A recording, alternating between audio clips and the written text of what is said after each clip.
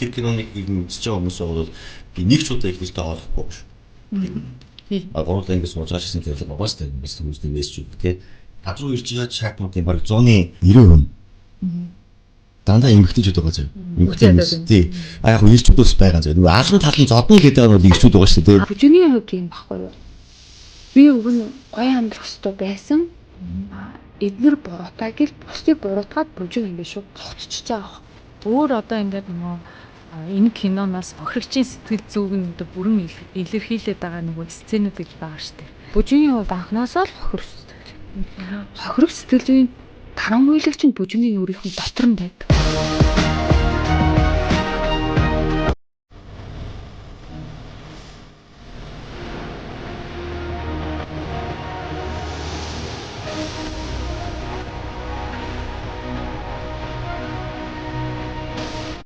Сайн бацааны үзэгчдээ Psycho Secret Soul подкастын маань энэ удаагийн дугаар эхэлж байна. За энэ удаагийн подкасттай бид жүжигчин Эрдэнэ Мэлэг буюу комедиан Бэгийг урьж оролцуулж байна. Мөн манай Бисаг самат гिचимч Жайна хамт өргөдөн оролцож байна. За тэгэхээр манай зочдыг үздэг үзэж байгаа үзэгчд маань бас юу ярих ч болов гадарлсан байх гэж бодож байна. Надад ирээгүй хайр киноны жүжигчин Бэг ягаа. За энэ кинонд одоо нөгөө гадуур яригдаад байгаа шүү дээ. Жүжигчин Баатаргүй байхын дараах архичны төрийг тултал гаргасан. Бүр бодтой юм шигээр өөрөө яг чинээс архич юм шигээр тултал энэ төрийг гаргасан гэд. Тэгэхээр энэ яг зүгээр айгу хэцүү л байлээ л дээ. Энэ чинь энэ дүрийг хамгийн амархан юм шиг санагддаг байх. Эсвэл бол нөгөө за үнэхээр гэдэг юм нөгөө сохтуунууд мэдвч юм уу сохтуу яриа мэрэг яг уугаад гарах чиг гэхэлэр нөгөө текст мекстэй хэлж чадах бол лафта болоод эхэлдэг.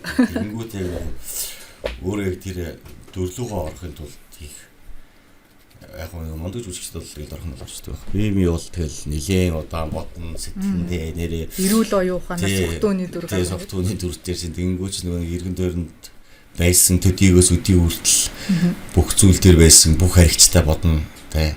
Санаа бодомдуудыг харигчин чи яадаг үлээ тэ. Нэг өсөндөө тэгэл одоо энэ тэдний автобусын бодол дээр тарахтаа яадаг үлээ. Автобус дотроос орж ирээд ингээд нэг мөхтөр нэгдэг нөхөрч яадаг үлээ гэдэг ингээд бүх зүйлээ бодож удаж байгаа л тэгэл тэдний нэг цогц шийдэл болгож гаргах гэж хичээсэн. Тэгээд зөвхөн аригчин байгаад эргэн тойрных нь амьдрал нь одоо гоё байсан бол гэх юм уу те.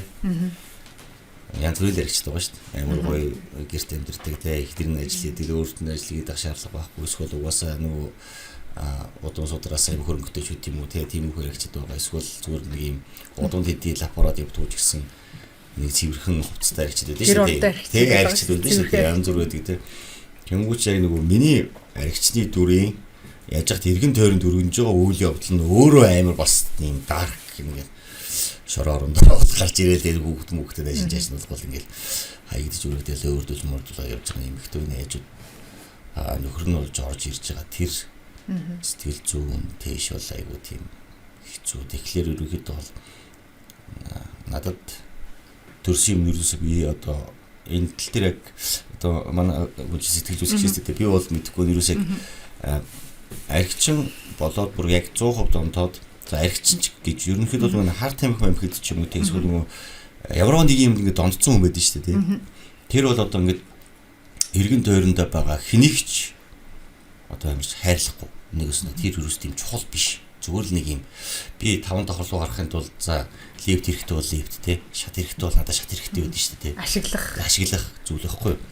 Яг нэг тийм загас барихын тулд уурах хэрэгтэй гэдэг шиг ердөөсөл бүжин бол одоо миний дүрийн хувьд зүгээр л хэрэглүүр байхгүй. Ямарч хайр тийм ямарч тийм хүнийг инрэх сэтгэлтэй өглөө ингээд яраад ороод ирж байна ууцсан байна уу шатцсан байна. За нэг шүл хийгээд өгöd ч байт юм уу тийм. Тэр киноныг ер нь үзэж байгаа хүмүүс бол би нэг ч удаа их нэртэй хоолохгүй байгаа шүү. Тийм үнэнд хийж өгөхгүй. Өгөхгүй байгаа шүү. Тэгсэн мөртлөө би чиний хайжууд ирэхлээд ингээд насан туршдаа амьдрал л та хүүхэн шиг. Тэгэхээр яг нөгөө нэг юм хүнийг хайрлахгүй байх тийм сэтгэл зүгнийг хэдхэн хоногийн дотор суулгах, зөвхөн ашиглах, хатам ээжийг нь ч гэсэн дуудаж авчираад мөнгө авчих тийм. Тэнгүүд охиныг нь хүртэл ингээд дуудаад өөрийнхөө зорилго биелсэн аваад ирсэн байгаа мөртлөө одоо өөрийнхөө дахиад нэг үсэж байгаа зүйл нь болонгууд нэг юм амьдралын жиг хандлага хангаж галж байдаг юм. Нэг юм дандаа нөгөө өөртөө хэрэгтэй байгаа зүйлийг өөрөө бусдаас авдаг. Тэгсэн мөртлөө өөрөө юу ч өгдөг үү? Гэхдээ өгдөг юм шиг жүжиглдэг. Ер нь өгдөг юм шиг хүмүүс харагддаг, ханддаг гэсэн үг шүү дээ. Тиймэрхүү нэг юм миний л ойлгож байгаагүйгээр тийм нэг сонин үнцэг гарч ирсэн. Тэгээд тэр дээр одоо яаж жүжиглсэн болоод хүмүүст одоо ингэж амар хүрээд байгаа юм бөгөөд би бол яг нэг дүрээл гаргахыг хичээсэн. Сэтгэл зүйн энэ төр бас жоохон гимтсэн байж магадгүй. Тэрнээс одоо нөгөө нэг дараа нь киноны дараа одоо хүмүүс ирж байгаа сөрөг сэтгэлч гэдэг юм үү. Тэрхүү юмдаа тэр нь имзэглэхгүй байна. Имзэглэхгүй. Айгуу. Яа энэ кинон дээр би одоо би зүгээр танаас урдаад нэг юм асууж байна. За. Яг энэ кинон дээр миний дэрэг үзсэн үү өөрөө? Үзсэн үү? За тэгвэл хоёул байж та хоёул энэ хүнээс яг миний дэрийн тухай сонсъё төхөх би. Одоо ингээд таны дүр гэхээр бүр одоо архины бүрэн хамааралд орчихсон өөрийн гэсэн нөгөө ухамсар, логик, оюун ухаан байхгүй, амьдралын ямар ч тийм зорилго, тийм маргааш гэсэн амьдрал байхгүй юу? Харагдаж өнөөдрөөрөө нөгөө архиа угаал ерөөсөө л нөгөө амьдралын хамгийн доод цэг гэж хэлдэг шүү дээ. Ер нь тийм л төвшний хүний дүрийг гаргаж ирсэн байна л да. Тэгэхээр ер нь бол архины бүрэн хамааралтай ийм хүний дүрийг айгүй ингээд төгс ингээ гаргасан. Одоо ингээд тэр мөнгийг нэгж байгаа байдал архийг ингээд архи руугаа гүйж яхад айгүй нөгөө баярлах сэтгэл хөдлөл бас гаргаж байгаа байхгүй өөрийнхөө нөгөө хүсэж байгаа зүйл нь ерөөсөө тэр архийг л уух те. Тэгэхээр энэ үний нөгөө сэтгэл зүй дээр нь ерөөсөө л архи номер 1 болсон байгаа байхгүй юу? Тэ бүрэн хамааралд автагдсан хүн. Тэгэхээр одоо нийгэм дээр иймэрхүү давхаргын хүмүүс ирнэ бол маш хэцүү шүү дээ. Ер нь бол тийм байгаа бүрэн одоо ингээд хамааралд ингээд автцсан сэтгэл зүйн хувьд ямар ч хөв хүн би гэдэг хувийн орон зай, миний хүсэл, миний мөрөөдөл ерөөсөө тархитлагаа тийм байхгүй шүү дээ. Тийм. Нөгөө аав ээж ахнаар махнаар сая хэлдэг шүү дээ. Ерөнхийд бол нэг өөрөө гисэн тарихгүй юм шиг чи тэгээ одоо тэрийг өгөх юм бол дагаад өгөх юм уу гэдэг шиг л одоо тэгээд угаасаа манай нэрлэгчдад хэлсэн байхгүй нөгөө ямар нэг эсцэн чи ингэ зоригтой шүү дээ. Одоо зураг авч яхад те гурлаа ингэ сууж байгаа ч гэсэн зориг байгаа шүү дээ. Хүмүүсний мессеж өгөх те нөгөө тэр миний тэр дүрийн зориг бол одоо тэр эсцэн дуусахад би ядаж ээж аваа хайрагч юм гэдэг л өөрийнхөө үнцнийг ч юм уу ойлгуулад ингээд нэг юм дуусч болох эсцэн байх байтал намайг орж байгаа бүх эсцэн тэр юусэн манай нэрлэгчд хөлийн үг нэрлэгч жак чиний зорилгоо зүйл арих чи нана эхэлж байгаа текстийн зохилын дагуу яаж ч явсан байсан гэсэн чи архины төлөө энийг гэж байгаа. Тийм учраас юусэн чи дунд нь наад охиноо хайрлж инрээд байх юм байхгүй. Наад нэг эмэгтэйгээ ингээд шүд амн унтсан байна яанаас тэ хөөрхөд гэж бодох юм. Тэрөөсөө тийм сэтгэхгүй байх ёсгүй. Ягаад гэвэл өсө чинки яг нөгөө хэлж байгаагаар би нөгөө бас нэг пост бичсэн л дээ. Лапа. Чи бол зүгээр бүр архичны доод хязгаар. Чи бол лапагийн лапа. Чи бол архич юм биш. Одоо нэг цэвэрхэн явж байгаа архичд байдаг шүү дээ. Ажлаа гэл ингээл явал би ч одоо баг тийм архичн дээр байгаа шүү дээ. Одоо миний статус чинь нэрстэй бигээ уудаг гэх юм тийм уудаг гэсэн. Тэнгүүд би одоо баг цэвэрхэн дээр оршод байгаа байхгүй. Тэнгүүд чи бол тийм биш. Хүнийг хайрлах нинжин сэтгэл мэтгэл юуч байхгүй. Энэ бол зүгээр чиний тархин дотор өрнөж байгаа бүх процесс архитай холбоотой байдаг. Яаж тасартлаа авах уу? Тасарч уусныхаа маргааш нь яаж дахиад архих вэ? Дахиад яаж архих болохгүй л. Тэгээ яаж болохгүй ерөөсөө тийм л бодолтой хүн чи ерөөсөө тэгээд тэр дунд нь болонгууд яг нэг амьдралтай бүр ингээд унж бүдрээд ингээд явж байгаа нэг эмэгтэй хүн таарсан. Тэнийг ашиглах гэдэг. Тэрийг ашиглах гэж синхруулээд хажууд нь байсан ердөөсөл миний дөрвөл нэг юм л. Тэгэл лапа хэрэгчин гарах гэж айгүй хэцүү яг нэг юм юу юм бэлээ. Хүч зүйл рүүгээ ингээд хямартын бэлээ шүү дээ ингээд. Өндөр дээр. Өөрөө эсцэн тоглосон ч нэг юм навшийн амьдрал байгаа гэх тээ. Тэгээд яг өөрөө эсцэнийг хүлээгээ байж хат өрсөлтийн дэс нэг навшийн амьдрал явахгүй. Яг тэр нэг зураг авалтанд байх бүх хугацаанд нэг л дандаа л юм навшийн юмнууд болол тээ. Тэгээд л эргэн тойронд байгаа хүмүүсийн одоо нэг юм хандлах ч юм уу. За энийг яаж оруулах вэ? Энийг яаж юм болгох вэ?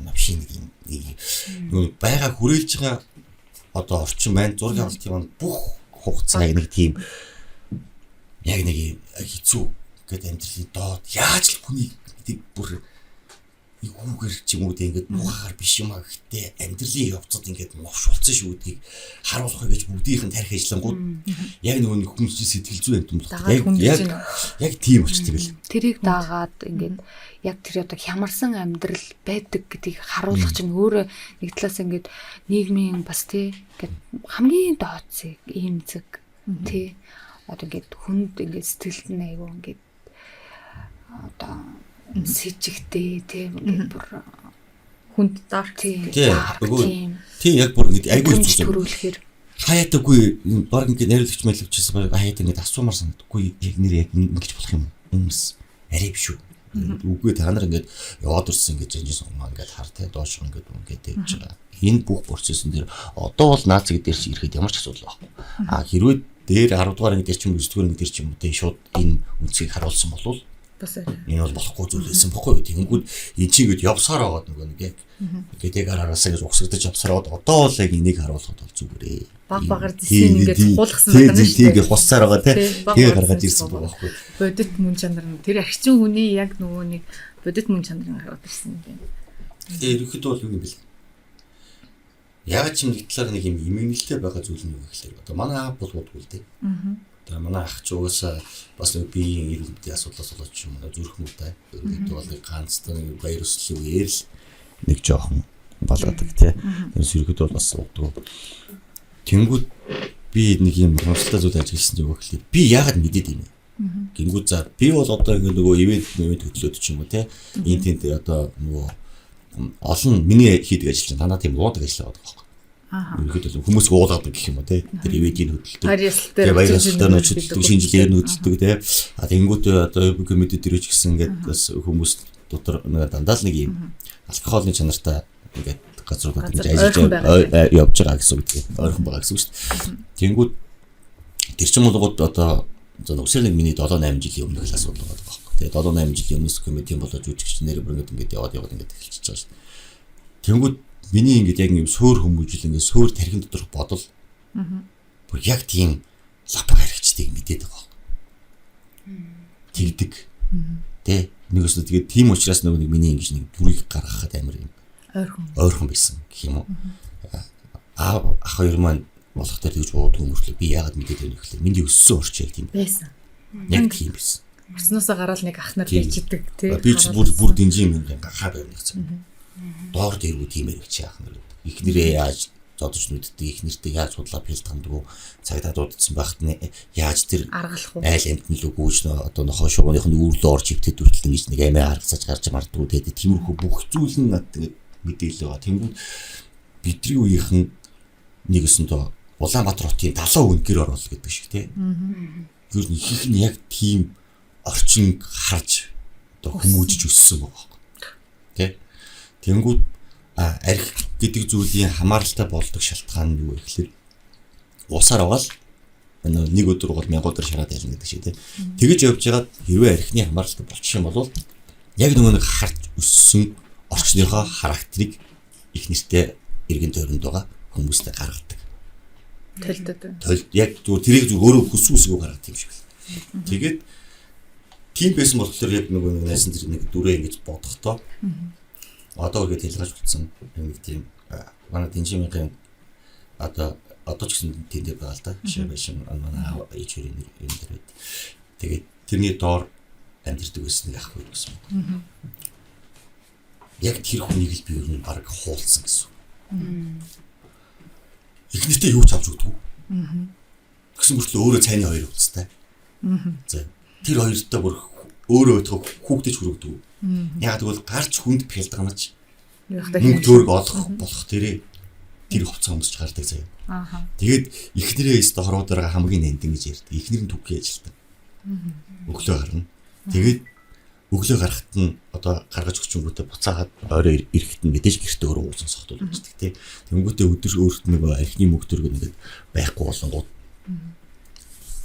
ажил дээр нөгөө нэг ихнэрт нь өвлийн хүлдэн тэр чин гадаа зам шүрдээ зогсож байгаа хүн шүү дээ тий. Тэнгүүд халуун цай бариад очих биш. Яг ийм саунд хийцээ. Одоо энэ бол ихтэй цэвэр ус шүү тий. Яг ийм саунд хийцээ арх барьж очиод дотроо хаалаа гэж. Тэгээд ихнэр болгочдөг. Тэнгүүд нөгөө ихнэр нь уугаад тэгээд олсон хэдэн дөрөөр ахад архитай л ирдэг. Хүүхдийн баяраар 6 сарын 1-нд гэрэл рүү баяраа тэмдэглэнэ гэдэг ингээд авдар пейперс явж байгаа. Хүүхдийн баяраар. Тийм хүүхдүүд юу ч байгаа. Тэрийг бид нар хажуугаар нусаад зүрж өнгөрж явахдаа бүр хардаг байсан. Тэгээ яг тийм хүмүүсийн нэг юм дүр зураг тийм хүмүүсийн ингээд гаргадаг байсан зүйл нь би одоо тэр чинь баг хожинд 20 жилийн өмнөх асуудал шүү дээ. Би ч одоо айгу хайр инэрлэхгүй архичны дүрийг тэндээс авсан. Тэр одоо баг 20 жилийн өмнөх үйл явдал миний тэр хин яагаад юм тод байгаад байгаа. Би тэр хүнийг яагаад ингэ санаад байгаа. Тий. Тэнгүүд яг тухайн үед надад тэгж муухай чигшмэр санагдсан байна. Яг тэгвэл хүүхдүүд нь нээсэн шүү дээ. Бид тэр одоо хамт хөл өмгөө сакс тоглоод байж байгаа. Тэгэхэд аав тийм байна. Ээж нь тийм байна гэдэг бүх үйл явдлыг бид тэр нүдэрээ харж байгаа. Хоёрдугаар болгоод миний найзуулсан одоо тэр хүний хүүхдэндээ надад ярьж байгаа. Аав гэдэг. Яг өөрөө ээжтэй хэрэлддэг зодтолдог. Тэ. Тэгэл одоо нэг юм гэр бүл ямар ч юм бүрэн бүтэн байхгүй шүү дээ тийм ч. Тэгэл яг тиймэрхүү зүйлийг ингээд яг нөгөө хүүхд байхдаа л юм сэтгхүүд тархинтай ингээд суулгачихлаэр тийм мартагддаг юм шиг. Тийм мартагдахгүй. Одоо энэ тал дээр угаасаа сэтгэл зүйч хүмүүс сайн мэдж байгаа шүү дээ. Хүн чинь нөгөө юм трама билүү нэг юм авчихлаарэ ингээд яг тиймэрхүү үйл явдал нь амьдрал дээр ингээд олон татагдчих ингээд тохиолдох байдаг юм байл л. Яг тэр үеэс ингээд чучдаг айдаг тийм. Яг тиймэрхүү болцдог гэх юм уу. Тэгвэл би одоо энэ дүр тоолсныхаа дараа одоо 1000 руу ингээл очивол яг тэр гудамаараа ингээд дэше машин тоогсож байгаа байхгүй. Тэгэхээр ямар санагч? Тэгэхэд нэг юм айгүй хэцүү. Тэгээд яг нөгөө бодолч ингэ байгаад байгаа шүү дээ тийм. Тэнгүүд одоо би нэг бодлын нэг надад гэж чулуун шийдэж байна гэдэг. Гэхдээ тэр шийдэж байгаа нөхдүүд өөрөөсөө сохтой байгаа байхгүй. Тэгээд чимээстэй эмгтэй хүн ир бэрэ гаргаад юм байла. Одоо надтай үзчихгүй юм бол юм нэг л сохтой ингэ дайрал гэсэн чулуун авч идэл. Тэнгүүд яг иймэрхүү үе дээр нэг талаараа тийм бахархмаар ч юм шиг гоё дүрээ гаргацсан юм шиг дээ заа. Тэгэхээр тэнэг инэмштэл дүрээ гаргасан. Яг итгэл наваа хийсэн байна да гэж бахарх нэг бодол төрнө. Дээрээс бас нэг гомдох нэг бодол төрд юм бил. Хүн л юм чинь тэгээд хүн надад онцгой мэдрэмж төрүүлвэл надад сайхан мэдээж байхгүй шүү дээ. Яг дүрээ гаргацсан гэж байгаа ч гэсэн. Яг бодит амьдрал энэ хүний бодит амьдрал нь биш шүү дээ. Тийм шүү дээ. Энэ чинь ажил ахгүй. Яг тэр одоо найруулагчийн хэлснээрээ яг тэр дүрийг одоо хаяасаа гаргаж хийж байгаа байхгүй юу тий. Тэгэхээр тэрэнд нь одоо хүмүүс ингэ итгэж байгаа байхгүй юу тий. Яг тэ одоо энэ нэг ийм юм шүү. Ингээд ийм архичны дүрийг ингээд энэ хүн гаргасан. Энд чинь бодит амьдрал биш шүү дээ. Зүгээр л кино. Кино үзчих кинондоо итгээд хин нэгэн хүнийг үзэн ядаад хейт хийгээд чулуу аваад шидэж байгаа тэр болсууд бас өөрөөсөө айгу тийм сэтгэл зүйн хэвэн биш яваад байгаа байхгүй. Яг энийг ярьж ин хэр одоо манай нөгөө нийгэмд чинь ингээд сошиал юу ч гэж сэвгцэн тэрэн дээр итгэл хүмүүсийг шууд одоо нэг үгээрээ бол алдаг штеп комментар тий хүний бөөнөрөө бүүлдээр тий тэгэхээр чинь энэ комментд кинонд итгэж байгаа хүмүүс тий одоо өнөөдөр миний талаар ингээд одоо AI амар хөгжсөн байна тий AI амар хөгжсөн хүний толгойг одоо хүний биетэй нийлүүлээд тий ямар нэгэн байдлаар нэг шал хиймэл одоо дүр гаргангуудаа энэ хүн ингэччихээ гэл тэгэхэд манайхан бараг л итгээд тэр хүнийг бараг гудамжинд яаж ч магадгүй бэлэн байдалтай нөгөө альва мэдээлэлд нэг шүүлтүр байхгүй хандаад байгаа юм шиг санагдаад. Тий, тэгээд дээрээс нь бас нөгөө нэг яг нэвтрүүлэг эхлэхээс өмнө нэг хэд өгсөн шүү дээ. Яг тэгэхээр олонгууд одоо сэтгэл зүйч юм хэлсэн зүйл байгаа байхгүй. Нөгөөс нь тэр хүмүүс яг тэгж бодитоор юм шиг хүлээж аваад тэрэн дээрээ стресс чинь гэдэг бол нэгээс нь өөрсдийнх нь амьдралыг нэг тиймэрхүү кейс байгаад байгаа. Тий. Тэнгүүд тэрэн дээр бүр ингээд ялангуяа над руу ирж байгаа чатнуудын бараг 190% дандаа эмгэгтэйчүүд байгаа зөө. Эмгэгтэй хүмүүс. Тий. Яг хөө ирчүүд бас байгаа зөө. Нөгөө алан талан зодно гэдэг нь бол ирчүүд байгаа шүү дээ. Гэхдээ тэд нар ч нөгөө нэг бас уулымсаа зурагтай эмгэгтэр үгүй. Бас нэг бүр царай барайд гарцсан те нэг юм за нэг 40 гарч явж байгаа ахнар байгаа байхгүй юу? Ер нь бол те залуучууд бол ерөнхийдөө бол заст харахаар дургуур өгдөх юм. Гэхдээ гойж үтсэн байх шүү. Баярлалаа шүү гэж бичиж байгаа болохоос энэ ахнар болонгоо заастдаг гүлгэм таарс газар чинь тархиж байгаа зөвхөн яана алын шүү маа шүү. Ингээл те чим өөр охинтой гэж охидоо бас ингэж дантаа оролт юм биш үстэй гэж цааш нэг тиймэрхүү юмнууд бол байгаа. За эгчнэр бол зүгээр над руу шууд улаан гомдолч штэ битүү. Юу гэж чүү би ч магадгүй бараг 6 жил комедиг ч үзэж хайрлаж нанд гэж мундаг залуу гэж бодож явсны эцсээр чи юм уу ийм бузын өгч байх гэж байж байна. Ой би их ч наач ингээд дүүртэйгээ тоглосон шүү дээ. Энэ нэр үнэштэй бэ тий хүмүүс. Би хүн биш те. Өөрийнхөө сэтгэлийн шарах, өөрийнхөө одоо өмнө нь сэтгэл нь яг тэрэндээ төстөө магадгүй архи уусан, магадгүй бага насны аав ээжийн харилцааг харж ийсэн ч юм уу те. Ямарваа нэг эрэгтэй хүнээс тийм одоо сэтгэлээр унах ч юм уу, гомдох ийм мэдрэмжүүд ер нь бол чи нэг хүүхэд насны юмыг мартдаггүй юм бэ гэсэн шүү дээ. Энэ чинь ингээд алт хомсорт ингээд үлдээд идэг аахгүй. Ер нь бол сэтгэлээрээ одоо ингээд бидний сэтгэл дотроо алт хомсорт байдаг. Тэгэнгүүтээ эргэн тойронд болж байгаа процесс төр ингээд зарим хүмүүсээ өөр ингэхгүй ингээд уурлаал гомдоол тий кинон дээр ингээд зарим нь ингээд уйлаал нь штэ. Энэ бол тухайн хүний өөрийнх нь байгаа юмыг төстөө мэдрээд байгаа болохоор сэтгэл нь ингээд өөрийн амьдрал дээр нь тохиолдсон зүйл одоо ингээд хаалттай шарах нь ингээд нэгдэж байгаа юм шиг ингээ уурлаа тэр одоо бэгийг үзэн ядаад бүр те жинхнээсээ юм шиг ийм сэтгэл хөдлөлд автчихж байгаа байхгүй. Тэгэхээр тухайн хүмүүсийн өөрсдийн сэтгэлийн триггер хөдлөдөг гэсэн үг байхгүй. Ямарваа нэгэн байдлаар сэтгэл зүйн асуудал гэж үзэхгүй нэг бол триггердэг одоо ингэ сэтрэл явагдаад байгаа гэсэн үг. Өмнөх амьдрал дээр авсан, харсан, болсон явдал одоо ингээд тархины нөгөө мемори чинь даалт хомсор гэдэг шиг тийм одоо ингээд сэтрээд байгаа гэсэн үг. Тохоо ирж байгаа гэсэн үг тийм. Тэгээд гэсэн мэдрэмжийн сэтрийгээд байгаа юм. Мэдрэмжийн сэтрийгээд байгаа байхгүй. Өнгөрсөн амьдралд мэдэрчээсэн мэдрэмжийг киноноос толтон харж байна. Одоо ингээд зарим нь бүжинг аягүй их өрөвдөд байна тий. Зарим нь бол тэнэг гэж бодож байгаа. Ингээд тэнэг гэж бодож байгаа. Ингээд зовоод амьдраад байдаг. Өөрийнхоороо л нөгөө байгаа юмараа л ингээд мэдрээд тусгаж авч байгаа байхгүй. Тийм бас нөгөө нэг бүжингийн дүр дээр гэх юм бол би бол нөгөө нэг хизээ хаанаас яаж гарч ирсэн би тэгдэхгүй гин мэтэл нэг бөө хаалган голоод эхэлчихэж байгаа шүү дээ тийм. Зөвхөн нөгөө бүжингийн амьдрал тийм ёроолдоо орсныг яг тэндээс хүмүүс мэдж байгаа хүү яаж ч юм бол даа ч одоо ингээ бас нэг цохилт өгч шүү дээ. Тэнгүү чин бүжингийн яг амьдралын нэг ингээд одоо зураг авалт тийм бүх хугацаанд гаргасан зүйл нь болохоор би зүгээр хувьдаа л гэж бодож байгаа. Олонч юм дээр хэллээ. Тэгээд ерөөхдөө бол нөгөө хүн сэтгэлээр шамрах юм бол доошоо хязгааргүй шүү. Тэгээд ямарваа нэгэн зүйлдээ шууд тулаад зогсоогоод өөртөө ярилцах ч үгүй юм уу за мэдхгүй яадаг ч байсан сэтгэл зүйн ингээд тогтвортой байлгахгүй тий. Бүх зүйл ерөөсөө л заасаа би юм чинь эсвэл тэгээд тэр надаас алж яваагүйсэн бол би нэрээ гоё амьдэрж байгаа дөө тий. Тэр нэг хамгийн сүүлд итгэхэд ноглоогөрдөг гэсэн би бас жаргаж байгаа ш. Тэгээд нэг юм алдагаа өөрөөсөө биш бусдаас айдаг. Тэгээд тэрийг яг өөрөө нэг юм хохирогчийн дүрд ер нь амьдралаар яг хохирогчийн дүр тоглодог. Тиймэрхүү сэтгэл зүйр нь эрэгтэй эмэгтэй ер нь хиндинч байх юм бол одоо бидний амьдарч байгаа шиг юм хэцүү нийгэмд бол тийм хүмүүс ер нь айгүй хэцүүлэх гэдэг байхгүй. Тэгмүүд л угаасаа л тийм хүмүүсийн сэтгэл зүйтэй тийм сэтгэл зүйтэй хүний амьдралын эцсийн зэгүүлээ тийм дээрэл байгаа. Угаасаа тийч л очин зүйл яаж ч юм. Одоо яг нөгөө бүжингийн сэтгэл зүй бол хохирогч сэтгэл зүй байгаа байхгүй юу? Бусдыг өөрөөсөө хайдаггүй, бусдаас дандаа ингээд би үг нь бол аз жаргалтай гоё амьдрах байсан. Одоо ингээд эднэр буруутай, хадам хийж буруутай, нөхөр тэр алдар буруутай гэж байгаа байхгүй юу? Яг нөхөр нь буруутай. Тийм. Тэгээд ерөөсөө нөгөө өөрийгөө сэтгэл зүйн хувьд юм байлээ. Өөрийгөө нөгөө өрөвдүүлж хайрлуулах гэдэг сэтгэл зүйтэй байхгүй юу? Өөрийгөө өрөвдүүлж тэгээд өөрийн нөгөө ерөөсөө хувийн орон зай байдгүй юм байлээ. Өөрийнхөө хувийн үзэл бодол тий амбиц байхгүй юм байлээ шүү дээ. Бүр анханасаа л байхгүй. Анханасаа л тийм хохирогч сэтгэл зүйтэй байсан. Ер нь бол аврагч хайж идэг тийм сэтгэл зүйтэй байхгүй юу? Одоо ингээд сэтгэл зүй хохирогчийн сэтгэл зүй байгаа шүү дээ. Энд чинь бас нөгөө дотроо ялгаатай байдаг аахгүй. Зарим хүмүүс дарангуйлагчийн хайжууд айгу удаан байдаг тий. Тий. Бүжингийн хувьд дарангуйлагчийн хайжуунаас зогтдог аврагч хайгч хохирогч одоо ингээд тийм хохирогчийн сэтгэл зүйтэй байхгүй юу. Одоо ингээд нарцисс хүмүүсийн хайжууд зодуулаад байгаад идэг юм хтэйчүүд байдаг шүү дээ. Энэ хохирогч сэтгэл зүй мөн.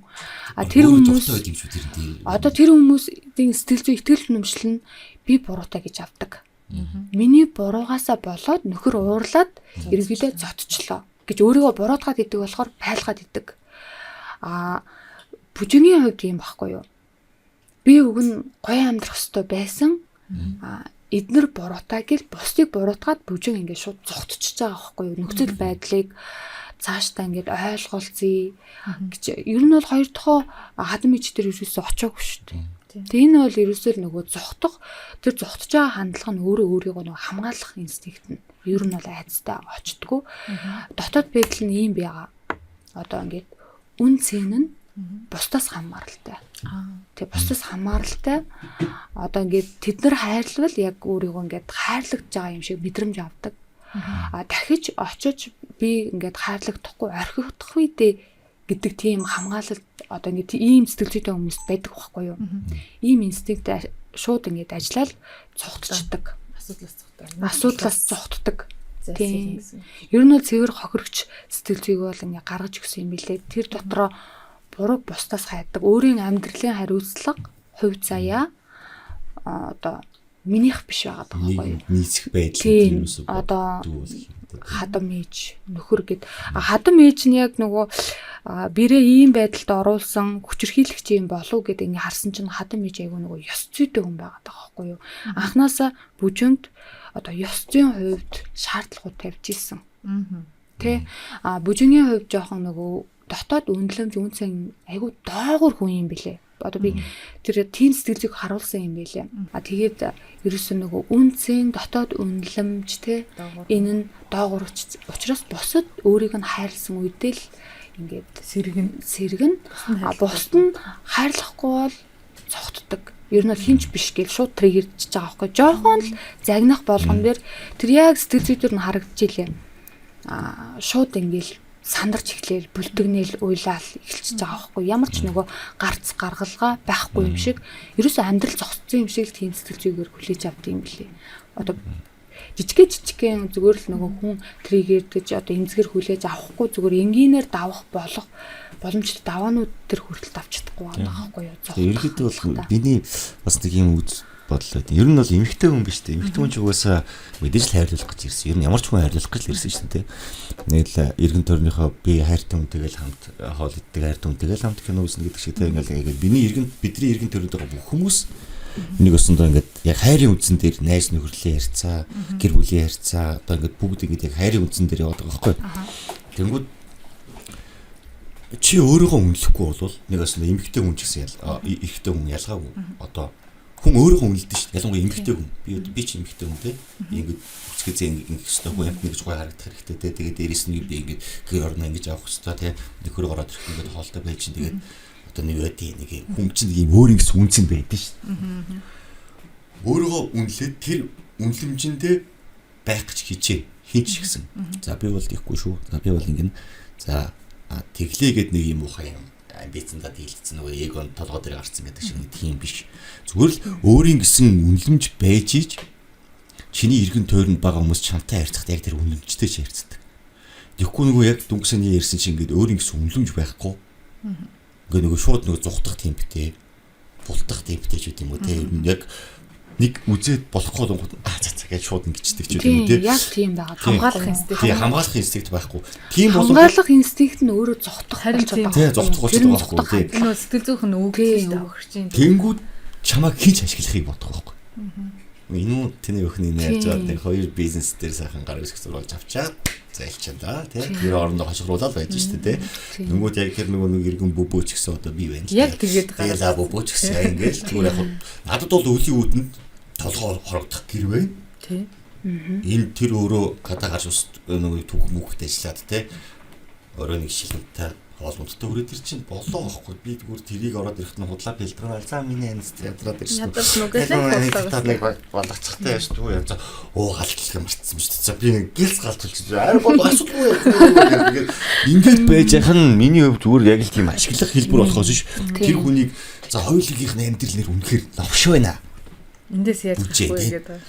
За чи ажил хийж байгаа. Эсвэл наа ажилдаа намайг ингээд чирээд оруулж чааж дээ. Хоёул хамт ажиллаа. Тэгээд ингээд яваад өрөвдөж аваад ингээд цаашаа хөгжөөд ингээд явъя гэсэн тийм бодол ерөөсөө байхгүй. Зүгээр л тэр хүний өөрийгөө угаасаа хайцсан юм байна. Энэ хаягдсан. Тэгэхээр эндээс одоо яг нөгөө юу л ойлгогдчих юм да. Бүжингийн дүрийн учир шалтгаан яаж яваад нөгөө энэ бүжинтэй амьдраад байгаад байгаа гэдэг нь нөгөө өөрийнх нь зүхтаах инстинктийг нь өгөхгүй зүгээр нэг одоо нөгөө өөрийг нь өвтөхгүй байгаа учраас тэрнтэй ингээд нэг дасан цогцоод амьдраад байгаа гэсэн үг. Ер нь бол бүжингийн одоо ингээд хохирогчийн хажууд дарангуйлагч байх хэрэгтэй шүү дээ. Тэгээд аврагч нь байх хэрэгтэй байхгүй юу? Бүжигийн хувьд дарангуйлагч нь хадам ээж гэдэг ер нь нийгэм хараад байгаа байхгүй юу? Тэгтээ хадам ээж чинь тэр үед угаасаа нөгөө нөхрөө алдсан болохоор энэ одоо ямар ч эрүүл сэтгэл зүйтэй хүн чинь тэр уу гашуудалд ингээд одоо ингээд автан энэ бол байж болдог байхгүй юу? Ер нь бол тэгэхээр энэ дэр бүжингийн хохирогч сэтгэл зүй нь яаж ийнэ гэхээр хохирогч сэтгэл зүйн дарангуйлагч нь бүжингийн өөрийнх нь дотор нь байдаг. Ер нь бол одоо ингээд чамайг ингээд чи ингээд үнцэнгүй болчлоо штэ. Тэ? Чамайг ингээд хөөсөн. Тэ? Чи ингээд очих юм бол угаасаа чамайг хинч одоо буруунлахгүй. Чамайг авч хилэлцэхгүй. Гэт ерөөсөө иймэрхүү нэг дотоод байдалд нь дарангуйлагч нь байдаг. Хохирогч байгаа таахгүй юу? Дарангуйлагч нь өөрийнх нь дотоод сэтгэл зүйн тэр асуудлууд нь байгаа. Тэгээд өөрөөсөө ингээд цухтаагаад яваад байгаа байхгүй юу тий. Хадам ээжигийн өөрөө дарангуйлагч ер нь бол хадам ээж дээрээ хадам ээж нь болохоор яг бодит байдал дээрээ нөхцөл байдал шууд тэгэж тусгаж авахар ямар ч одоо эрүүл маш их ухаантай хүн байсан ч гэсэн одоо хүүхдийнхаа өрөөнөөс нь тэр эрэгтэй нь гарч ирлээ тий. Энэ нөхцөл байдалд ямар ч хүн тэгэж ойлгож авдаг. Яагаад гэвэл харж байгаа нүдэндээ итгэн шүү дээ тийм үстэй. Тэнгүүтээ өөрийгөө өмгөөлөх нэг юу байхгүй. Энэ ийм учир шалтгаантай ийм болсон шүү гэдэг юм. Би тэмцэнэ тусдаа унтсан шүү дээ. Гэл тэгэл болоо өөр одоо ингэ бүтэн өгүүлбэрээр ч тэгээ илэрхийлээг байхгүй юу. Тэнгүүтээ хамгийн гол нь бүжигийн хувьд хүлээлт байдаг. Намайг ойлгочих болов гэсэн хэлдэг. Намайг ойлгочих болов. Намайг ингээд хайрлаад хамт авч яваад амьдруулчих болов. Гэт ийм хүлээлтэнд байсан энэ хүлээлтэнд нийцээгүй. Тэгээд ер нь бол би ингээ хаятлаа гэл тэр чигтээ явчихж байгаа байхгүй юу? Тэмцээгүй. Ер нь бол өөрийнхөө амьдрал тэмцэж чаддаггүй. Хохирогч сэтгэл зүйтэй хүмүүс чинь яадаг вэ гэхээр ер нь өөрийнхөө амьдралын хариуцлага өөрт нь байхгүй. Ямар ч үнцэн. Тэгээд өөрийнх нь хувийн орон зай үзэл бодлоо илэрхийлэх, хувийн орон зайгаа хамгаалах юу ч байхгүй мөлий. Тэ хэлэх язгаараа тогтоо. Одоо ингээд мэрэгжлээ сонгож байгаа шүү дээ хамгийн анхны юм дээр юу ч бодол байхгүй заяа. Гээл суугаад байгаа байхгүй. Тэгээд сүлэгч бол гэд ээж нь тэгж нөхөр нь чи багш бол за би багш болъё. Ерөөсөл амьдралын жолоо анхнаас л бусдын гард байсан байхгүй юу? Өөрөө байдаг юм. Тийм. Өөрт нь байхгүй. Тийм. Магадгүй энэ нөгөө өнчин хүүхдээс шүү дээ. Тэр хүүхд насны сэтгэл зүйтэй холбогдож байгаа бах л та. Хиний Бэгийн дөрөв болохоор одоо ингээд өнгөрсөн амьдрал нь шууд нөгөө хамгийн доод зэг дээр архичны дүрийг хамгийн одоо ингээд тултлан гаргасан юм ба шүү дээ. Энэ одоо ингээд архичин хүмүүсийн ингээд ярихаар архи уух нь өөрөө ингээд зоригтой бидэг байхгүй юу те. Зарим хүмүүс хаалттай хүмүүс байдаг те. Нээлттэй болж дулаан хураамсгалыг үүсгэхийн тулд архиа ууж те. Ингээд гоё байдаа гэж ингээд хаалттай хүмүүс нээлттэй ингээд нээгдэж ярих. Ийм зоригтой шүү дээ. Зарим нь баг англи хэлтэй болдог ч үлээ те. Ийм зоригтой байдаг. Зарим хүмүүс чинь өөрийнхөө ажил үйлсээ бүтээхийн тулд те. Бас ингээд нээгдээ те. Тэгэж архиа ашиглаж байгаа. Хэрвээ биш үү? Одоо ингээд ямар хүн доод зэгийн архичин болдог вэ гэхээр архи нь ерөөдөө өөрт нь аз жаргалыг бэлэглэж байгаа мэдрэмж өгөөд идэг. Одоо ингээд сэтгэлийн ингээд хатгүй хямарж байгаа хүмүүс байдаг шүү дээ. Готрол орох гээд байгаа үед өөрийгөө тавшруулахдаа зүгээр л одоо ингээд сэтгэл дотроо маш хэцүү байгаа үед архиа угаал тавширч эхэлж байгаа бол ер нь бол энэ бол аяанда дундалт руугаа хавчиж одоо энэ тонтолтыг бий болгодог байхгүй юу. Тэгэхээр тэр дуугаад байвал бас тархинаар бодож байгаа хүнийг ингээд зорилго нь бас байгаад байгаа байхгүй. Би ингээд маш их хямраад байна. Энэ хямрлаа ингээд тайлах өөр гарц байхгүй гэдээ архиуж байгааг нь ер нь бол архичин болдог. Би ингээд ажиллаа бүтээхийн тулд тэр хүндээ ууя гэхээр тэр хүн бас зорилго нь өөр байгаад байгаа тийм. Тэгэхээр архиуж байгаа тий ажиллаа бүтээх гэж бас угаад байгаа байхгүй юу. Тэр нь бол та нартыг тиймэрхүү сэтгэл зүй төрж ирсэн үү? За би бол амьдралдаа нэг бүр 2 өдөр 3 хоног дараалуулж ууж утсан заяа. 4 5 хоног ууж утсан. Ер нь ерөөхдөө бол тэр нь бол тэг зүгээр ингээ сайхан зуны цагт шүү дээ. Тэгээд босоол за өглөө гэл ингээ яваад байдаг шүү дээ. Тэнгүүдээ ингээ 3 хоног ч юм ингээд уусны дараа ингээ биенээс арих гарч дээ. Тэнгүүд нэг юм сэтгэл зүйд нэг юм сони юм тохиолддог. Тэрний үе ихлээр нэг юм буруу юм хийсэн юм шиг. Гим хийсэн юм шиг хин нэг одоо асан муухай байдлаар ч юм уу тийм нэг ингээд бүр цаанаасаа нэг юм тийм сони мэдрэмж үүсэх байхгүй. Тэгээд тэрийг би бас одоо эмч тэгээд бас сэтгэлзүйч найдаас асуусан. Наадах чи архины эффект гэдэг. Хүн уугаад нэг 4-5 хоног ингэж уугаад нэгээс нь баг биеэр нь спирт бүдэг болчихлоо шүү дээ. Тэгээд тэнгууд буцаад ингэж гарахтаа хүн яагаад вэ гэхээр бас нэг ингэж тархич нь өөрөө ингэ бүх болсон процессыг санджиж 50 амгалан байх юм байна.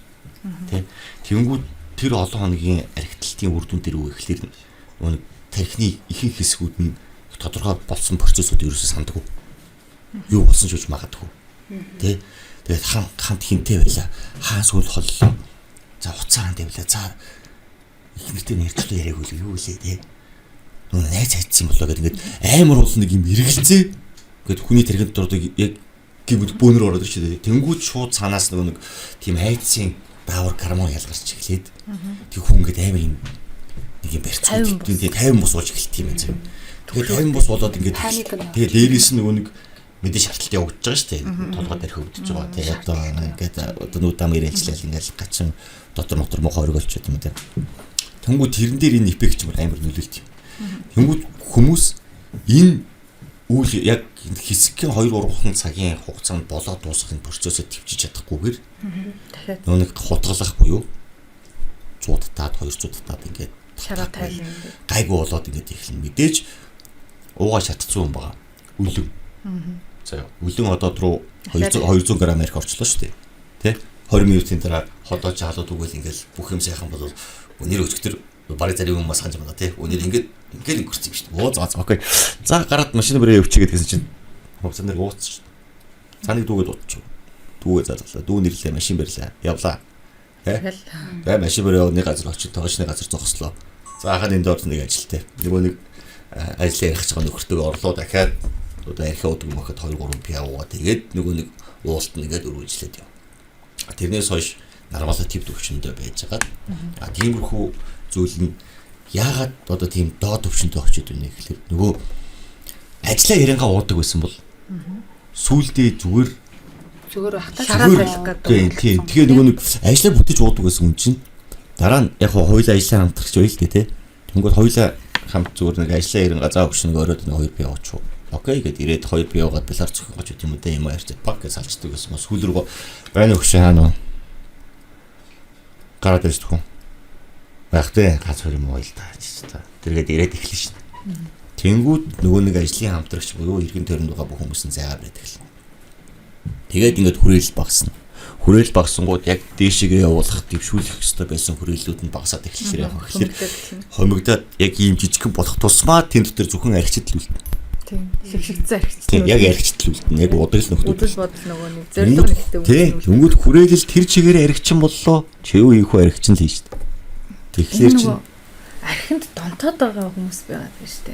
Архинд донтох, тоглоомд донтох. Ер нь альва юмд донтоод байгаа шалтгаан нь одоо нэгсэндээ тархинд нөгөө аз жаргалын даавар допамин ялгархгүй байгаагаас болоод уугаад байдیں۔ Донтоод идэв гэдэг байгаа шүү дээ. Тэрийг л нөхөх гэж байгаа шүү дээ. Ер нь бол мэдээж архи уусны дараа шаардлагат айдас, төгшөлт, хямрал, гутрал бүх зэрэг ер нь бол маш хэцүү мэдрэмж байгаа шүү дээ. Тэрийг дахиад нөгөө хин тайлагч туслах нь хин бэ гэхээр архи нь болчихж байгаа байхгүй. Ер нь бол архи нь архитаа тавширлыг өгөөд тий. Архи л гэд тэр үнийг аз жаргалтай болгож байгаа хэрэгсэл нь болоод байгаа байхгүй. Тэгэл архиа сонгол ер нь бол улам ингэ донтоод ер нь тэр циклээс гарч чадахгүй болчихж байгаа байхгүй тий. Хар тамхинд орсон хүмүүс ч гэсэн тийм шүү дээ. Тий ялгаагүй. Бас л шаардлагатай байхгүй. Ер нь одоо иргэн тойронд байгаа тэгэл нэвтрүүлэг зөндөөл үзлээ. Тэгээд иргэн тойронд одоо шорооронд орцсон хүн амтны ч гэсэн одоо подкаст нэг юмд ороод ингээл ярьж байгаа хүмүүс ингээл ярихад чинь бас л яг нэг үнэхээр адилхан. Тэрийг нөгөө хэрглэж дуусаад нөгөөх нь яг үйлчлэхэд ингээд гарчингууд бас л шаарддаг. Бас л өвддөг зовдөг тий. Тэгэл хин тийм нөгөө хаалгуудыг ингээл балангуу цаг тамагтаа ч юм уу гэл ингээл биг дэлт дүмбэг нь бол ингээл тэгэл үргэлжлүүлдэг. Тэгэл тэгэхгүй бол ерөөсөө нөгөө яста яг нөгөө ямар ч аз жаргалын мэдрэмж байхгүй. Иргэн тойрны бүх байдал найз үзүүлж байгаа. Одоо биегийн тэр одоо кинонд гаргаж байгаа байдал нь ерөөсөө нэг аз жаргал өгч байгаа ганц зүйл нь архил болчихж байгаа байхгүй. Ерөөсөө өөр тэр биегийн өөрийнхөө тухай бодох ямар сөхөө алга. Яавал энэ нэг хэцүү мэдрэмжгүйгээр аятаахан архиа уугаал амьдрах уу гэдэг ийм л сэтгэл зүй байгаад байгаа байхгүй юу те. Яавал ингэж нэг юм одоо ингэж юу яаж ч нэг юм шартаад би ч гэсэн ингээд бүр ингээд салгантлаас шартчил байсан л та. Тэгмүүд яг тэрүүхэн хэсгийг ингээд давах байхгүй. Угаас нэг чиний бие организм чинь сүүлийн 24 цаг ч үгүй юм те. Одоо мэдээж юм идэхгүй, юм идэхгүй уудаг хүмүүс үүдэн шүү дээ. Яг тэрнтэй адилхан юм идэхгүй чи дандаа халах хэрэгэлсэн те. Маргааш өглөө нугаас эргүүл бол бас ирж байгаа. Тэнгүүд би юм ахуйд чинь бүр ингээд айгүй хэцүү болсон байгаа шүү дээ. Бүр ингээд амар бар нөгөө хажуугаар явах цагтаа байтугай би өөрийнхөө үнэрт ингээд пүү нэр архимдаж ирдэг юм бэр тийм болцсон. Тэгтлээ ингээд одоо хэрэгэлсэн хүмүүс байгаа. Тэнгүүд тэр яг энэ дээрээ үнэхээр ажилтаа байгаа ч юм уу цаас ганц шаач. Тэгээ боллоо гэж зогсдог хүмүүс байна. Хэрвээ нэг бас нэгтлийн зүг байхгүй пак гэж зогсоо тэгээ за одоо юу вэ ажил төрлө гэдэг. Зарим нэг нь болонгууд юус нэг татаал тэгэл тэр чигээр хашаа гулгаад алга болдог гэдэг шиг тийм. Тэнгүүд гулгаад алга болсон хүний одоо амьдрал нэг осондоо яг тэр бүжиний 3 дахь нөхөр буюу одоо миний амьдрал шиг болно. Тэр хүн бол ерөөсөө тарихында зөвхөн арх ухыг л боддог. Тэгээд энэ киноныхаа талаар нэлээ их мэдээлэл олж авлаа. Тэр нь өгөхлөөр яг өндөө би киноныхаа бүтэн зохиолыг үзээгүй. Уушаагүй. Өөрөө би дээлжсэн. Тэгээд бас нэг зураг авалтынхаа хугацаанд бас бүтэн байгаагүй те. Гэсэн чинь ерөнхийдөө бол нэг одоо яг нэг киногоо өөрөө үзэж байгаа байхгүй. Одоо бас ихнэр ээж аа бүгд орцсон тэр киног үзсэн. Тэгээд ингээд өөрөө үзлээ. Тэгээд тэрэн дээрээс би одоо бүжингийн сэтгэл зүйн асуудлыг те тэгээ ингээд амьдрал оруулж байгаа. Тэгээ өөрийнхөө ч гэсэн яг ерөнхийдөө бол би өөрийнхөө гаргасан дүрийг бол яг мэдээд байгаа байхгүй шүү дээ. Бусдыг нь бол мэдэхгүй байна. Тэгэл одоо нөгөө бацаа яахын тэр нэг л өөрчим болгохдоо хүртэл хүн яаж ингэж зүгээр ингээд өөрийнх нь хүсэл зорилго биелсэнд бол тэгэл хүн бол хүн л байт юм билээ гэдэг шиг яг тиймэрхүү үнцгүүдтэй ингээд энэ кинон дээр ерөнхийдөө ягаад 3 нөхөр байгаад байгаа. Энэ 3 нөхөр ингэж дуустал нь ягаад үйл явдал ингэж холбож яваад байгаа юм гэхэлэр одоо яг нэг үнцэг болгоно өөр байсан тий. Тэгээд яг одоо бас энэ бас олон хүмүүс л бас мэдж байгаа юм шиг үлээр нь Орос хөвлөрөнд байт юм шиг үлээ. Тэгээд наагаас тийм байх шиг үлээ. Гэтэ манайх арай жоохон дарк юм шиг байгаа юм. Тэрийг Монгол хөрсөн дээр буулгасан байна. Тийм. Гэхдээ би одоо ингэж боддог байхгүй. Одоо бидний ч нөгөө нэг үзэж үссэн гэнэ одоо маний шүүл байсан ч тэ нөгөө ихний өрх мөрх юу юм л нэг амар өөр хэдэн 100 анги ингэж дамж зовдөг те. Тэгээд тэр зовлтоос өөр зовлон байгаа шүү. Тийм. Тэнгүүд тэр зовлон дунд ч болонгос солонгочууд арай юм шанартай шиг санагдаад байгаа байхгүй. Ядаж нөгөө тэр гоо санаа мэс сасалд оруулаад ирээд өчүүг нь авах гэдэг байгаа байхгүй. Манай тал олонгууд ерөөс шууд даад тэгээ дуусах бүх зовлонг өөрөө хамаг зовлонг нөгөөд аригчин болгоо тэгээд одоо наад юу нь өгсөн ч байсан хамаагүй тэгээд юу наад киног дуусах гэж байгаа шиг хайчаад байгаа. Гэтэ тэр киног үзэхэд чинь тэр чинь өөрөө бас манай 90-ад оны үеийн нөгөө зах зээлийн нийгмийн үе шилжилтийн үеийн тэр аригчдын амьдралыг яг харуулсан кино байхгүй. Байсан бодит амьдрал тийм л одоо ч гэсэн тийм амьдралууд хаана ихтэй байж л бид нар гудамжинд тааралбал харж байна. Одоо нөгөө X дүүцийн нөгөө 8-д төлөв нэг хошин шиг байдаг шүү дээ. Тэрэн дээр нөгөө аглуу ах зогтоо тэнгүүтээ нөгөө ихнэрүүд нь дандаа панцны амжилттай тийм. Иржүүд бол өргөдөө мөн багцлах гэх нэг софтвер ажиж байна шүү дээ. Тэр чинь бол угаасаа яг нөгөө тухайн үед байсан үнэн бодит процесс. Тэгээ ирчүүд нь ерөнхийдөө бол бүгдээрээ яг социализмын үед дандаа нөгөө бие үжнэ ажил одоо нэг өсөн өгүүлбэр заавадад ажилтдаг тийм. Тэнгүүтээ нөгөө одоо юу гэдэг чинь одоо нэг атартаар нөгөө будаа тариамаар яваагаал компани бариаж ингэж тэгэж хүнд хүчээр ажил хийж мэддэг. Яг тэр үед дээрээсээ шууд катлагдаад бүх зүйл хувийн хвшил болоод бүгд ажлыг болоод тий. Тэгээд яг хөтэ ирчүүд болсон нөгөө нэг водкай гэж яг тэр амьдрал руу өвөрч сүүл рүүгээ тэгээд бүгд чинь хайш юм ер нь. Тэгээ ер нь ордог байсан нөгөө би ч одоо нэгдүгээр оролцмор гэж явах чинь өвгөдийн хүнтэй гэж нэр үнэхээр бүр өвлийн хүүдэнд хүртэл тэр нөгөө дулааны тэр оолон тэр ингээл унтцгааж идэг байсан шүү дээ. Тэгээд голомчонд хэдэн мянган хүүхэд байлаа. Тарын шаны хүүхдүүд тэгэл зааж хөнгөө замраа боолоо хүүхдүүд байсан. Гэхдээ тэд нар магаар даалгуулсан тийм. Би хараа алга болсон шүү дээ. Бүр анзаарч хөөхтөл алуулсан. Тийм олон тарын шаны хүүхэд байхаа болцсон. Одоо баг тарын шан болгоомжл хийдэг байлээ шүү дээ. Баг. Ер нь шүү дээ хүний амьдралын нөгөө юм бид нар ингээд сэтгэлийн блог програм гэж аягүй их ярьдэн шүү дээ. Багасаа суусан тийм өөрийнх нь ихтгэл үнэмшил жишээлбэл одоо ингээд гол дүр бүжингийн амьдралыг л ингээд бүрэн гаргасан шүү дээ кинонд.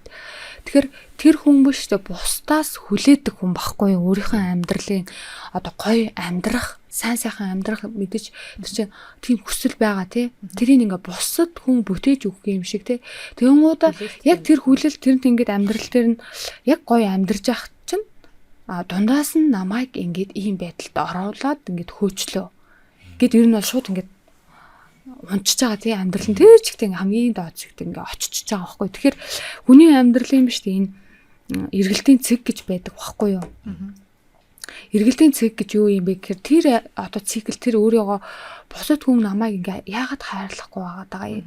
Намайг яагаад ийм байдалд оруулаад байгаа вэ гэдэг бодож яг тэр цэг тэр одоо ингээд бодит амьдрал дээр бүжин шиг хүмүүс те ухаарад ингээ ойлгоод би бол өөрийнхөө амьдрал өөрийнхөө хэлгээ цаарыг өөрөө тогтоох хэрэгтэй юм байна гэл ингэж суралцаж эхлэх хэрэгтэй байхгүй тий. Тэгвэл яг одоо яг эргэлтийн цэг дээр ирсэн хүмүүс байдаг. Жишээ ингээ гаццсан хүмүүс байдаг байхгүй. Яхаа мэдгүй. Одоо бүжин чинь тийм гацлтын байдалтай байсан шүү дээ. Нөхөр намайг ирээд ингээд аавна гэ хүлээгээд ин. Гэхдээ өөрөө ямар сэтгэн үйл хийхгүй байсан жирэмсэн байх та тий. Тэгээд бүр дараа нь ингээд яачваа гэж сүулт нь очиж байгаа байхгүй юу. Тэгэхээр энэ хооронд нь хүн чинь ер нь асуудлуудыг бусдаас биш өөрийгөө бас бодож эхлэх хэрэгтэй байхгүй юу. Бүжин ерөөсөө тийм тэгж ерөөсөө нэг эргэцүүлж өөр дээр ингээд бодог байхгүй юу. Тэр бусдыг буруутгасаар байгаа л ерөнхийдөө ийм амьдрал руугаа ингээд гүн орчиж байгаа. Бусдыг буруутгасаар байгаа тий. Тэгэхээр энэ эргэлтийн цэг гэдэг маань юу вэ гэхээр ийм сэтгэл зүйн гасал одоо ингээд бүжин чи ингээд төрсний дараа ингээд уйлаад төрхөөс өмнө ингээд уйлаалсан шүү дээ тий.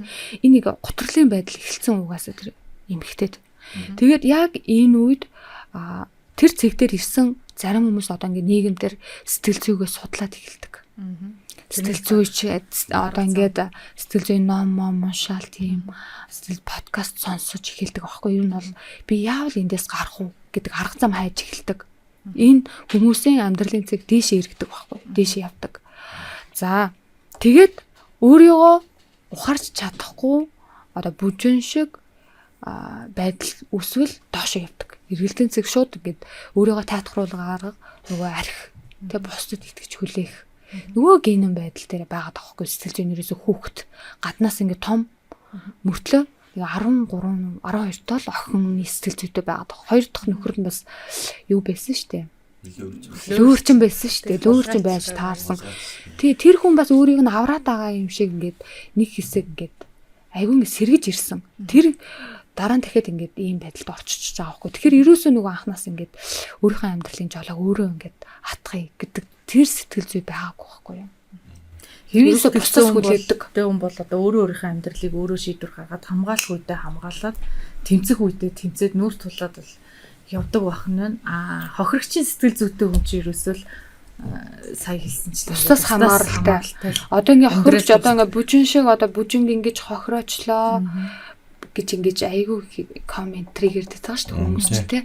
Ийм сэтгэл зүйтэй хүмүүс болохоор ер нь бол өөрийнх нь дотор бас нэг зүйл сэтрээд байгаа хгүй төстөө нэг мэдрэмж. Наач тэр нь бүжиг 82-оор ойртох юм бол алнаа л гэсэн их олон байна. Зайлаад үүчилгээд би хамт амьдрах бодлоор 2 хоног хамт үзээгүй шүү. За тэгэхээр ч одоо энэ нөгөө нэг жүжигчин Бэгийн хувьд чинь болохоор одоо энэ архичны дүрийг бүтээснээс болоод бас нийгэмд нэг хүмүүсийн тэр нэг сэтгэл мэдрэмжийн сэдрэнгүүтээ үзэн ядалт явагдаад байна шүү. Танай гэр бүлийн хүмүүстүүдээ ямар хөө санагдчихэ? За ер нь бол ээждэл тайлбарлал хэлсэн байхад ус намаагүй тий. Манай ээж бас нөгөө настай хүн тэгээд нөгөө аав ээж хоёр маань нөгөө замны ярах лагер дээр нөгөө амьдэрдэг.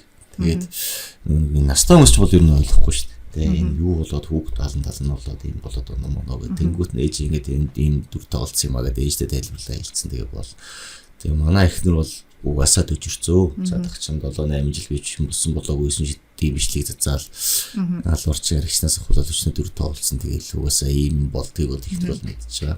Эсрэг дүр юм. Тэгээд тэнгүүт нөгөө ээж ч гэсэн мэддэг л дээ. Зүгээр яг тайлбарлаад хэлэхгүй бол нэг хальт санаа зовдгийг биш үү? Яна энэ тиймд ингэчгүй тэгээд боддог биш үү? Ээж наа чинь дүүр тэгээд энэ чинь сойрлоор ингээд одоо сэвдээд ингээд явсан гэсэн угаасаа хүмүүс зүгээр нарийж тоглож ингэж ирж байгаа маа тэрнээс тийм болно гэж байх үү гэдэг. Ээжтэй л нэг тайлбарлаа хэлсэн байгаа юм бусд нь бол зүгээр тэг айгу. Тэгээд би бол яг нөгөө дөрөв хэлсэнчлэн нэг ийм кино байсан юм гэдгийг одоо ойлгож байна гэдэг шиг юм л гарснаас нь хойш үзэл яг нэг урд нь намайг очихоос өмнө яг тэр зургийн авалтуудыг юу болжсэн би үнэхээр мэдэхгүй яг өөрөө хэсэгтэй л очсон. Тэгээд тэрнээс хойш ерөнхийдөө бол яг за ийм дүр дээр нь харин манай зураг авалтын багийнхан буюу одоо найруулагч маань найруулагч ерөн продюсер энэ хүмүүс маань зурглаач хүмүүс их мундаг ажилласан юм байна л гэж бодож байна. Тэгээ одоо бол яг хөтэ тэгээд найзхнуудад тоглолтын цаг ерөнхийдөө болчихлоо. Тэгээд өөрчлөлт оруулсан төгсдөө маш их баярлалаа. Тэгээд сэтгэл зүйн ер нь бол асуудалд ороогүй шүү. Би одоо энэ нэвтрүүлэгт өрсөн та нарыг бодоо за нөгөө талын чинь зочин болох учраас сэтгэл зүйч нэгүүт навагч одоо энэ дүрээс болоод бүр сэтгэлээр хямраад өгөх гэж байгаа би болоо нэг зөвлөгөө өгөх юм гэж бодсон юм шүү дээ гэж бодчихлоо. Тийм болоогүй. Нэсэн байгоо. Тийм шүү. Тэр одоо нөгөө яг одоо энэ вайрал болоод байгаа энэ киноны дөрүүдийнх нь өөрийнх нь тэр нөгөө сэтгэл зүйн байдлыг нь л задлж ярих гэж утсан. Тэгэхээр энэ дүрийн тэр нөгөө архичин үний дүрийг айгу тултал нь гаргасан. Одоо авьяаслаг жүжигчин Бэгийг урьж оролцуулсан байгаа. За ингээ урилгын маань хүлээн авч ирсэнд үнэхээр их баярлалаа. Амжилт хүсье таны уран бүтээл. За гарыг бэлэг маань аа. Дараагийн хэсэг гарсан. Юу ч гэсэн тэгээд бусад дүрүүдийг бол яг би өөрөө бол ингээд ярьснаас өөрөө ойлгосон хэмжээндээ ингээд ярьчихж байна. Бусад дүрүүдээ маань одоо боломж нь бол бас өөрсдөө ирээд ярилцлаганд орох боломжтой ирээд орох бах. Тэр хүмүүсийг дотор норж үзег болохоор нэр үнэхээр аминичийг ингэсэн байхгүй гэж ярьж чадахгүй л дээ тий. Ер нь бол таны дүрийн тухай л ерөөсөө задлж ирнэ. За баярлалаа. Би одоо шууд босч. За баярлалаа. За баярлалаа. За. Манай өргөдөө юу ш. Тэр үргэлжлүүлээд бусад дүрүүд дээр. За сая жүжигчин Бэгийн тоглосон тултлоод архичны дүрийн талаар ярьлаа. Одоо бусад яригдаагүй дүрүүд байгаа. Жишээ нь одоо нөгөө бүжингийн нөхөр алдрыг чинь одоо хүмүүс ингээл мама бой мой ээжийнхээ үгэнд ороод одоо гэр бүлээ аваад үлдчихэж чадахгүй өөрөө шийдвэр гаргахгүй өөрийн толгойг ээжийнхээ үгээр үг хийдэг залуу гэл ингээд хүмүүс тэгж хүлээж аваад байна л да. Ер нь алдрын юу нь ямар дүр юм бэ? Мама бой мөн үү? Одоо сэтгэл зүйн байдал нь гэх юм уу? Ер нь энэ кинон дээр алдрыг бол яаж харуулсан бэ гэхээр алдар бол нөгөө бүжиндээ бол хайртай залуу гэж харагдаж байгаа шүү дээ тий. Гэхдээ бүжиний сэтгэл зүйн хувьд болохоор алдар нөгөө аврагч нь байгаа даахгүй юу? Тэ сайхан амьдруулах аврагч нь. Энд чинь нөгөө далд хумсраараа татагддаг шүү дээ. Тэгэхээр алдрын хувьд биш тэ хязгаарлагдмал бас аврагч сэтгэл байгаа даахгүй юу? Бүрэн аврагч биш тий. Бүрэн аврагч биш хязгаарлагдмал аврагч сэтгэл зүйтэй харагдаж байна. Энэ яаж илэрч байгаа вэ гэхээр өөрөө нөгөө гадагшаа явахтаа хүртэл ингээ бүжин одоо би яах вэ гэж ингэж байгаа шүү дээ. Энэ үед нь ингээд эмзэглэх тий мэдээж нөгөө хайртай хүнтэй хамт байхыг хүсэж байгаа ч гэсэн тэр хүнийг одоо ингээд сайхан амьдруулснараа аврагч одоо хязгаарлагдмал сэтгэл зүйн нийглэрэл нь хохирч хүмүүсийг өөрчлөн сайхан амьдруулна аз жаргалтай болгоно би гэж ингэж нөгөө таалт хумсраар дотроос нь юм хүлээлт бас юм зүйл байдаг. Тэгэхээр алдар маань ингээд хязгаарлагдмал аврагч сэтгэл зүйтэй хүмүүс бас дотроо өөрийнхөө үнэлэх үнэлэмж нь бас жоохон дутмаг байдаг. Тэр одоо ингээд хохирогч хүмүүсийг тэ авраад сайхан амьдруулснараа өөрсдөө бас ингээд хэрэгтэй мундаг эгогоо ангар тэг болж байгаа гэдэг мэдрэмж авдаг байхгүй юу. Тэгээд энэ алдар яагаад триггердэд ингээд явчихж байгаа вэ тий очихгүй байгаа вэ гэсэн чинь алдар бол тэр хүний хувьд ингээд бүрэн ингээ хамгаалагч баатар нь болж ирсэн аа. Ингээд үн цэнтэй айгүй ингээ баатар болоод яваад ирсэн аа. Тэ хуурчлаа гэдэгт шууд итгэж хүлээж авч байгаа нь дотроо нөгөө үн цэнтэй өөрийгөө бүрэн дүүрэн мэдэрдэг итгэлт байдал нь тутмаг учраас тэр нь сэдэрчж байгаа байхгүй. Тэр нь ингээд сэдрээд байгаа болохоор эргээд тэр хүнийг бүрэн одоо ингээ хамгаалах итгэл нь ингээ сул болчихж байгаа. Хайрламар байгаа боловч тэр одоо намайг хуурчлаадаг би энэ хүний хувьд үн цэний хувьд ингээд шал дээр буучлаа шүү дээ тий. Энэ мэдрэмжээсээ ер нь бол зогтчихж байгаа байхгүй юу? Тий. Тэгэнгүүт ер нь бол алдар бол хайртай. Бүжингийн нөгөө бүжин ч өөрөө юм хохирогчийн сэтгэл зүйтэй байгаад байгаа. Тэгэхээр өөрийг нь авардаг хүн хэрэгтэй нэ гэж байгаа шүү. Тэгэхээр тэр дөрүүд дундаас хатан маав нь нэг жоохон өмгөөлж хамгаалал үзүүлээд байдаг тэр дүр нь мөн үү? Үгүй ер нь бол тэр хэрэгцээг нь хангах чинь. Аав болохоор сэтгэл зүйн хувьд ер нь яг нөгөө эрүүл бүрэн Нормал. тийм хүн байсан. Угаасаа нөгөө эрүүл талаас нь хэвийн тусгаж хүлээж авдаг. Тийм. Яагаад аврагч гэж байгаа вэ гэхээр одоо алдрыг те дандаа нөгөө ээж нь алдрын ээж нь ёс зүйн хувьд жижигхэн нөгөө шаардлагууд тавьж байгаа шүү дээ. Энд амьдрал дээр өөрийнхөө ёс зүйн байдал, тэр хүний бас баримтлах зарчмуудыг тавихад алдар ээж гэл ингээ өмөрдөг те. Ингээд бүжин ингээд гомдчих вэ. Бүжин одоо ингээд сэтгэл санаагаар унчих вэ гэсэн ийм зүйлүүд маш их харагдаж байгаа байхгүй юу? Ер нь. Тэгэхээр ер нь бол ялтчгүй тийм хязгаарлагдсан бол аврагч яагаад гэвэл бүжин тэр үед өөрийгөө ингээд илэрхийлээд би тэгж ингэж ингэж ааш шууд ингээд бүчнөрөг ингээд бүлтгийж ингээд харснаа шууд ээж гэл ингээд өмнөөс нь ингээд одоо үйлдэл авчиж байгаа тий энэ байдлууд нь ер нь бол бүжингийн өөрийн амьдрал дээр татсан аврагч нь бол алдар байгаад байгаа байхгүй юу тий за ингээд бүжингийн хувьд хохирогч сэтгэл зүй гэсэн шүү дээ тий хохирогч сэтгэл зүй дотроо нөгөө аврагч хайдаг хохирогч сэтгэл зүйтэй байхгүй өөрийгөө ер нь бол ийм хохирогч сэтгэл зүйтэй хүмүүс дотроо өөрийгөө өрөвдүүлж тий юу ч хийж чадахгүй хит гинэн хүний аясаар ингэж харагддаг ер нь тэгж өөрөө бас тэгж гинэн байдлаараа хүмүүст одоо өрөвдөлтөй байдлаараа харагдсанараа таалагдах энэ юу вэ гэхээр тэр хүмүүсийн хайрыг авах те эргээд тэр хүмүүсийн хайрыг авч эргээд өөрийнхөө бас нөгөө хүн үн цэнтэй юм байна хайрлагдсан байна гэдэг ийм мэдрэмжийг л авахыг хүсэж байгаа байхгүй юу энэ бүжингийн дүр дээр багасаа нөгөө асрамжинд өссөн бүрэн дүүрэн тэр хайрлагдсан энэ мэдрэмжүүд бол дутмаг учраас мэдээж энэ хайрыг одоо ингээд зөнгөөрөө те даалт хумсараар үйл ухамсарлахуугаараа хүмүүсээс ингээд нэхэд идэх байхгүй юу. Тийм. Тийм бүжин чинь тэгээ өөрөө нөгөө асрамжин газар уссан гэдэг өнцгөрөө энэ дээр хохирогчийн дүр гарч ирж байна. Хүмүүс бодож л байгаа л та.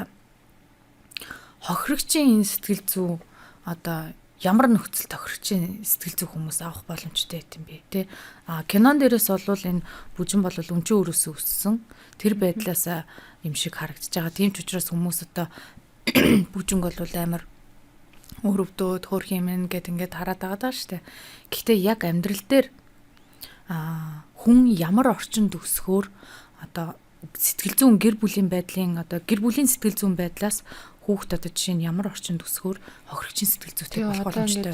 Магадгүй бүжингийн хувьд биш үү ийм байх магадaltaй байгаа байхгүй юу? Орхигдсон сэтгэлийн маш нөгөө ийм трама шарахтай. Тэгэнгүүтээ хүмүүс нөгөө орхигдохоос айхаа айдастай учраас тэр хадам ээж хүчлөө орхигдсон мэдрэмж авчлаа тий дараа нь нөхөр бас түлхчлээ. Энэ дээр орхигдсон мэдрэмж авчлаа. Энэ бол нэг хүүхэд насны шархан ингээд маш том сэтрэл болоод дахиж өөрийн амьдралыг хамгаалах тэмцэх одоо очиж чадахгүй айгаад байгаа хгүй юу. Дахиад очивол дахиад орхигдох мэдрэмж төрөх учраас энээсээ болоод өөрийгөө бариад цухтаад ерөөхдөө ийм байдалд орчиж байгаа хгүй юу. Тийм. Одоо ингээд асрамжийн газрын хүүхдүүд гэхээр найз нь бас хорлоо биш та хажууд нь те. Хорлоо яагаад ихгүй байгаа. Хорлоогийн сэтгэл зүй те нэг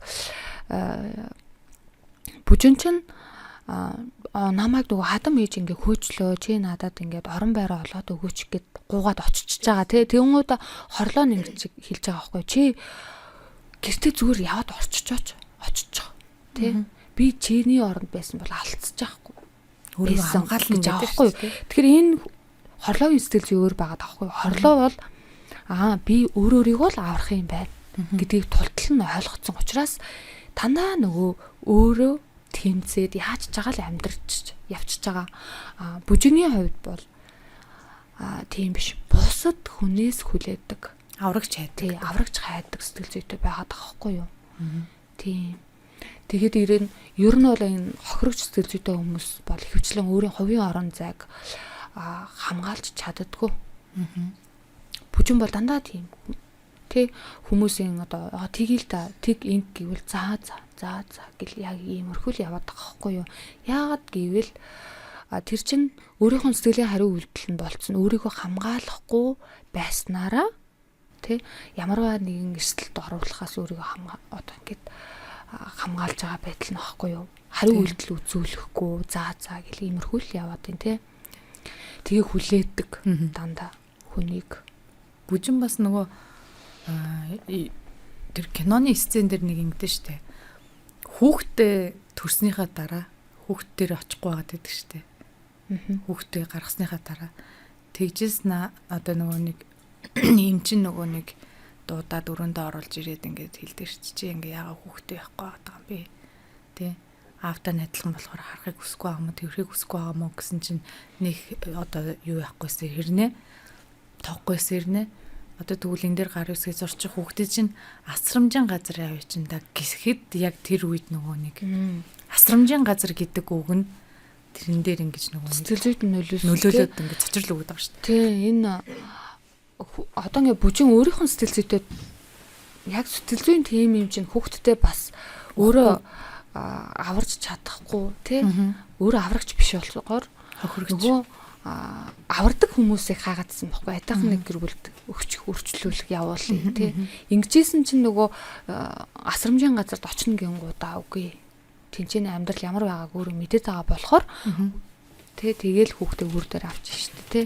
ийм л өнцөг харагдсан юм болов гэж бодсон тий өөр одоо ингээд нөгөө энэ киноноос хохирогчийн сэтгэл зүг нь одоо бүрэн илэрхийлээд байгаа нөгөө сценүүд гэж байгаа штэ тэндээс одоо юуг нь харж болох вэ жишээ нь бүжингийн одоо нөгөө юу яд штэ бүжин чинь нөгөө хадам ээж рүүгээ нэг орилж хашгичаал нөгөө хохирогч өрөвдөлтөй нэг сул доорой номоо эхэндээ тэгж гараал нөгөө хадам ээжтэй дээрлэх хүлээл байгаа юм байж гиснэ төгсгөл хэсэг рүүгээ болохоор нөгөө чинь чи миний амьдралыг одоо чамаас олж би ийм болоо үсттэй мэдтэй гэл ингээл амар характер үзүүлээд байгаа шүү дээ. Тэгэхээр нөгөө хохирогч чинь энэ төгсгөлийн хэсэг дээр ямар одоо эргэлтэн дээр ирээд юм гэсэн. Ер нь бол хин бүжигийн хувьд анханасаа л хохирч сэтгэл зүйтэй. Ер нь бол тэ өөрийн хэлхий язгаар өөрийн дотоод үнцэн нь байхгүй. Тэгээд энэ байдлыг ер нь бол хүн өөрийнхөө амьдралын хайр үзлэхийг өөрөө л би ингээд авах юм байна тий. Одоо гэр бүл дотор тийм асуудлууд үүсчлээ штэ. Хадам ээж тухайн үед ингээд хөөж байгаа байдал нь маш их хатуу байгаа юм шиг харагдаж байна. Одоо ингээд үзэгчдэд тий бүжин өрөвдөлтөй юм шиг харагдаад байгаа боловч хадам ээж бас нөхрөө алдсан сэтгэл зүйн хувьд бас эрүүл шийдвэр гаргах нөхцөлтөө биш байсан байхгүй юу. Энэ байдлыг бүжин ингээд тунгааж бас чадах чадваргүйгээр шууд ингээд цухтаагаад ингээд уйлaalгүйгээд явчихж байна тий. Тэгэхээр ерөнхийдөө бүжин триггердсэн гэсэн үг. Тэгэхээр тэр нөхцөл байдалд ингээд хохирогч хүмүүс намайг ингээд хинж биш болгож ингэж нүр буруулж ийм байдалд орууллаа гэж хүлээж авдаг. Одоо ингээд эрүүл сэтгхүүгээрээ харж байгаа хүмүүс маань ээж маань ингээд шокийн байдал сэтгэл зүйн хямралд орцсон байна. Тайвшруулад за эсвэл би нүдэнд харагдахгүй байжээ. Тайвширсан хойно нь ярилцъя гэж үздэг байхгүй юу. Тэгэхээр бүжингийн хувьд шууд өөр дээр нь тусгаж авсан бүжингийн ингээд өөрийнх нь хуучин ингээд шархан ингээд сэдрээд ингээд орхигдсан хаягдсан мэдрэмж ингээд мэдрээл ингээд шууд ингээд гүүгээл байгаа байхгүй юу. Тэ гараал гүүгээл алга болчихж байгаа. Тийм. Тэгэхээр ер нь бүжингийн хувьд яг цэвэр хохирогчийн байр суурь сэтгэл зүй бодол бүрэн ер нь бол энэ кинонд дэр тусгагдсан байгаа. Тий. Тэгээд чиний нөгөө асуусан сая ягаад ээж рүү нэг хашгирч орилж байгаа те. Энэ нөхцөл байдлуудыг ингээд амьдралын турш хүн ингээд бурууг бусдаас хайж байгаа штэ. Энэ байдал нь ерөөсөө засраагүй тэр хүний амьдралын нөгөө цэг байгаа штэ эргэлтийн цэг гэж одоо ингээд яг тэр хямарцсан байгаа байдлын үед хүн ухаардаг ер нь бол ихэнх хүмүүс те. Ухаарж зөв үнцгийг нь ойлгож чадаагүй хүмүүс ер нь бол буруу зам руу ордог байхгүй ер нь бол архи ухтыг хамаарал одоо ингээд тонтолтын байдал архины хамаарал үүсэх гэх мэтчлэн уруудах хэлбэр лөө. Тий, уруудчилж байгаа байхгүй юу? Бүжингийн хувьд ухаарч чадаагүй. Миний энэ амьдралын энэ байгаа энэ нөхцөлд тэр хадам ээж буруудаа хിവэрэ гэсэн бат байдгаар яг баттай итгэцэн байна. Энэ итгэл үнэмшил амар нөгөө өндөр байна. Тэгээд бүр тэрэндээ итгэцэн ээжээгээ буруутгацсан энэ гомдлоосоо болоод мэдээж нөгөө дотроо хоримтлуулсан тэр одоо гомдол хорслон ингээд гарч ирж байгаа. Өөрөө нөгөө хүлэн зөвшөөрөх шүү дээ.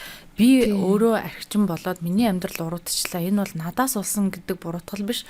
Хатам ээж гэж буруутгаж байгаа. Тэгээд нөгөө бужингийн охин эмээ дээр очиж байгаа тий. Тэр үед бужингийн бүр нөгөө ингээд итгэцэн байдлыг хүүхдтэй хүртэл хатам ээжийг шулам гэд хүүхдийн сэтгэл зүйд хүртэл ойлголцсон байгаа байхгүй юу. Тэгэхээр ерөнхийдөө бит хоёрын амьдрал ийм байгаа нь хатам ээжийн буруу гэж байгаа байхгүй юу тий. Хатам ээж тэгэж гэртээ байхад нь ингээд орилж тий айгүй хэцүү байдлаар хөөснө нь баггүй юу. Гэхдээ тэрний өмнө хатам ээж айгүй нөгөө ёс зүйн шаардлагууд тавьдаг байсан. Тэр хүнийг одоо ингээд доош нь хийж биш тий. Тэр хүний яг алдаатай үйл явдлууд тэр нь чи ингэж амьдрал ингэж сайжирна. Энийг чинь би зөв биш гэж ойлгож байна гэж яг ийм байдлаар ханддаг. Гэхдээ бүжигийн хувьд яг эрүүл тэгэж өөрийгөө хамгаалж ойлгуулах гэхээс илүү шууд ингээд өөрийгөө хамгаалаад тий уйлал эхэлдэг байхгүй. Энэ хүн намайг дарамтлаад дарамтлуулж юм гэдэг өнцгөр хараад. Тий надад итгэхгүй байна. Намайг ерөөс ингээ хинч биш болгож байна. Үнэлэхгүй байна.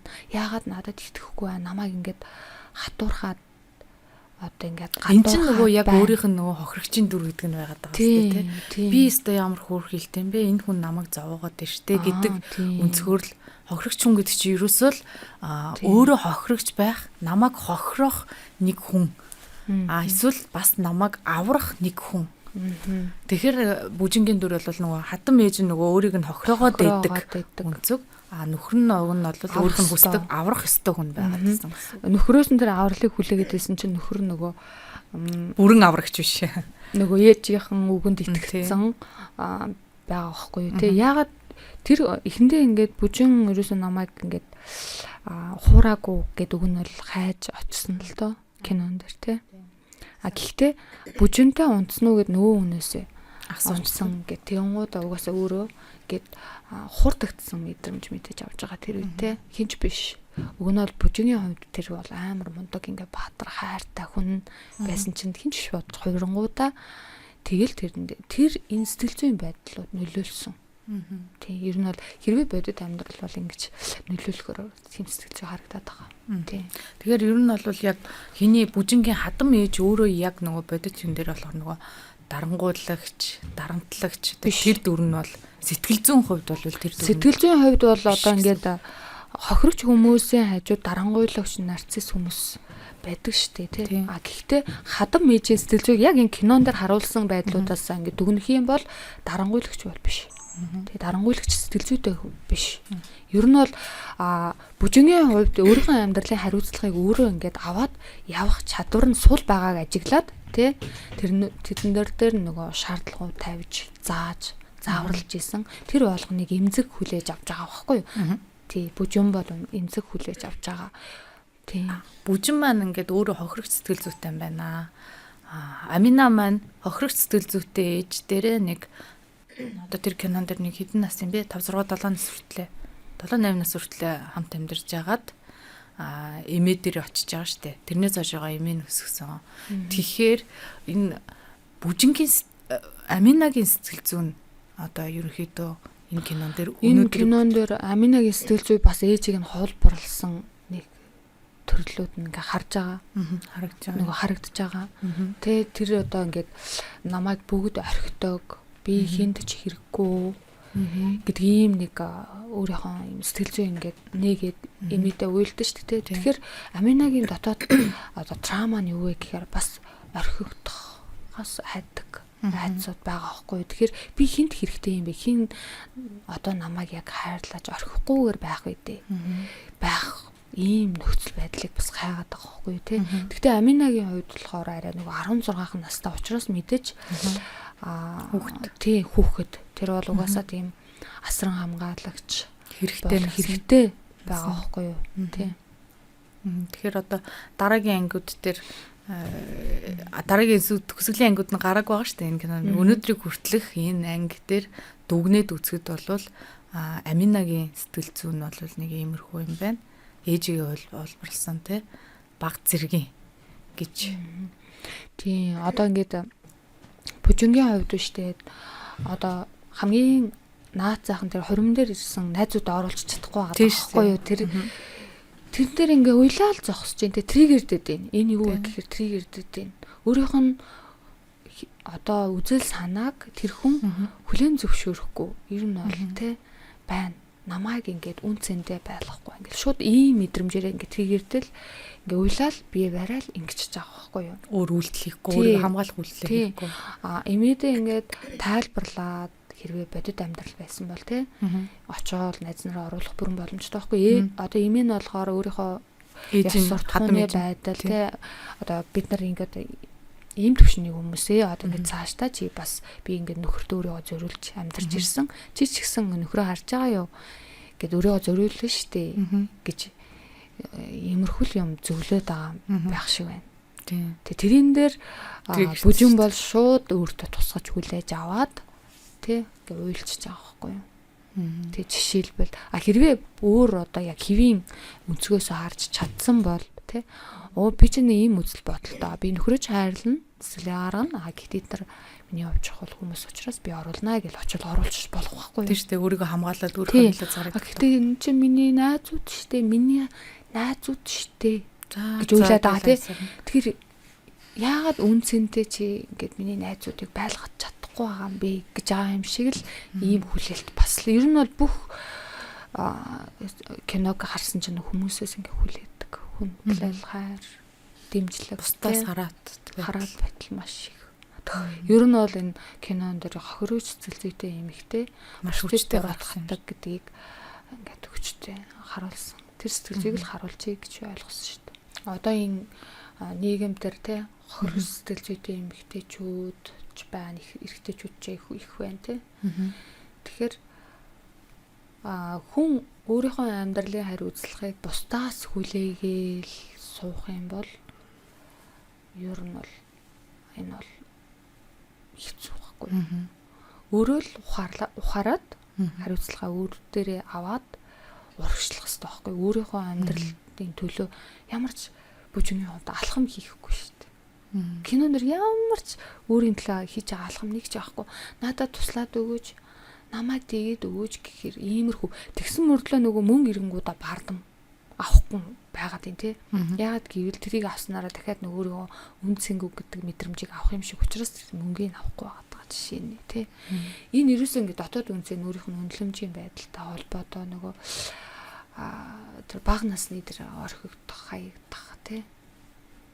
Энэ сэтгэлзүйн маш том траумагийн дараагийн сэтэрлүүд амьдрал дээр гарч байгаа илэрлийг ерөөхдөө харуулсан юм болов гэж бодлоо. Тий. Бүжингийн нөгөө найз авах штэ хорлоо. Тэрний үед ингээ харахад бас нөгөө өөрийнх нь эго бас жоохон өндөртэй гэв. Эго өндөртэй. Би бол ийм одоо нөгөө нэг кинонуудын хэсэгээс нь ингээл харахад хорлоо чинь начиг ийм одоо алдар бол ийм баян тансаг айлын боломжийн хүүхэд байж одоо хин шиг юм өнчөө өрөөсөн юм мэдгүй хөдөөний хүүхдээр юу н яах вэ тэ гэснэ ер нь бол начиг ийм хөөрхөн мөрхөн гэд тэгэхээр өөртөө айгүй ихтгэлтэй байдал хиний бүжинтэй харьцуулахад илүү өндөр байгаа байхгүй.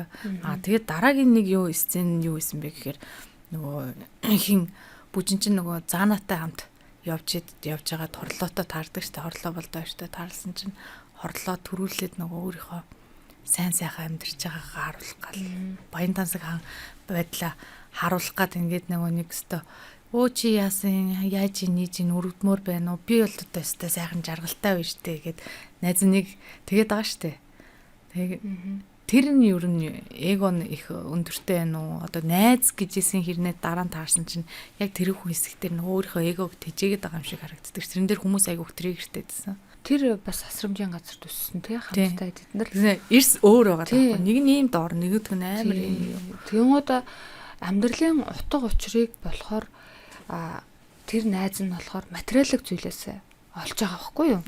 Бүжингийн хувьд бол өөрийнх нь хамгаалах, хайрлах энээсээ олж байгаа ийм ялгаатай сэтгэл зүй харагдаж байна. Нэг нь материалын байдалтай. Бүжин бол намайг хайрлах, хамгаалах алдар байгаа болохоор гэд өөрийгөө бүрэн зориулсан юм ихтэй байхгүй юу? Бүх амьдралын утга учир нь ерөөсөө алдар нөхөр нь байсан. Тий. Хин хорлоогийн хувьд болохоор тэр хүмүүний сэтгэл зүй арай өөр байгаад байгаа байхгүй. Материалын байдал дээр илүү фокуслж одоо бодит амьдралыг харах гэдэг. Тийм. Тэр хүн магадгүй нөгөө дахиад нөгөө асрамжийн газар дутуул өсөж байгаа шүү дээ. Бид нар чинь тийм бүх юмар ер нь бол асрамжийн газар өсөж байгаа хүмүүс чинь хайр инрэл одоо ингээд хэрэглээ болгон дээр тийм. Тэгвэл бүжигийн хувьд бол хэрэглээ нь маш чухал байгаа тоххой. Одоо миний дүүбэл мөблийг авах тийм говц мовц гээл танаа материалын зүйл яриад байна. Тийм болохоор тэр яг тэр өөрийнхөө хүссэн тэр одоо зорилготой хүрч байгаа шүү дээ. Тийм. Бүжигийн хувьд болохоор арай өөр сэтгэл зүй харагдаад байгаа хгүй юу? Ялгаатай энэ хоёр хорлоо бас ялгаатай. Тийм. Бүжин тийм байвал хорлоо болохоор ийм байдаг. Намайг хин нэгэн ирж дэмжих гэдэг хүлээлт байдгүй өөрөө үйлдэл хийх ёстой. Би дотор стратеги болж байгаа штэ. Тэгж байгаа штэ. Би ингэж жирэмсэнгийн удлаа хэлээл ингэ чинь гэж аваад л аахгүй. Тэгэхээр бүжин өөрийнхөө амьдралыг өөрөө л ер нь бол болгож урагшлах ёстой гэдэг тийм итгэл үнэмшилтэй байвал хорлоогийн хувьд те өөрийн амьдралыг өөрөө болгож явах ёстой. Тэ ер нь бол бүх амьдралын стратеги дотроо би бодож ийн тэгх ёстой. Би ингэж жирэмсэнгийн удлаа ярина гэдэг байгаа штэ. Тий өөрөө болгоод явна гэдэг итгэл үнэмшилтэй байна. Бүжигийн хувьд тийм итгэл үнэмшил байхгүй. Би чадахгүй. Тэ.